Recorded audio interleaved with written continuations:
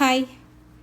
எப்போவுமே ஒரே மாதிரி முட்டையை வேக வச்சு கொடுக்கும்போது எந்த குழந்தையும் சாப்பிடாது. ஸோ நம்ம கொஞ்சம் இன்றைக்கி வித்தியாசமாக ட்ரை பண்ணி பார்க்கலாம்.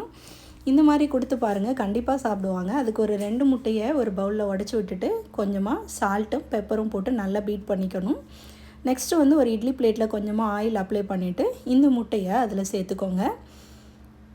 இது பெப்பர் அண்ட் சால்ட்டு போட்டிருக்க முட்டை, அவ்வளோதான். அதுக்கடுத்து நம்ம ப்ளைனாக அப்படியே 2 முட்டையை உடச்சி ஒரு குழிலையும் ஒன்று ஒன்று விட்டுக்கலாம். இப்படி விடும்போது இந்த எல்லோ கரு வந்து கலையாமல் பார்த்துக்கோங்க. இப்படி பண்ணும்போது அது பார்க்குறதுக்கு கொஞ்சம் டிஃப்ரெண்ட்டாக இருக்கும் அவங்களுக்கு. ஸோ கண்டிப்பாக சாப்பிடுவாங்க. இந்த மாதிரி உடச்சி விட்டுட்டு ஒரு இட்லி குண்டாவில் வச்சு ஒரு 10 மினிட்ஸ் வேக விட்டு எடுத்தோம் அப்படின்னா சூப்பரான இட்லி முட்டை ரெடி. பாருங்கள், பார்க்குறதுக்கும் டிஃப்ரெண்ட்டாக இருக்குது. கண்டிப்பாக குழந்தைங்க சாப்பிடுவாங்க. ட்ரை பண்ணி பாருங்கள். தேங்க்யூ. தேங்க்ஸ் ஃபார் வாட்சிங்.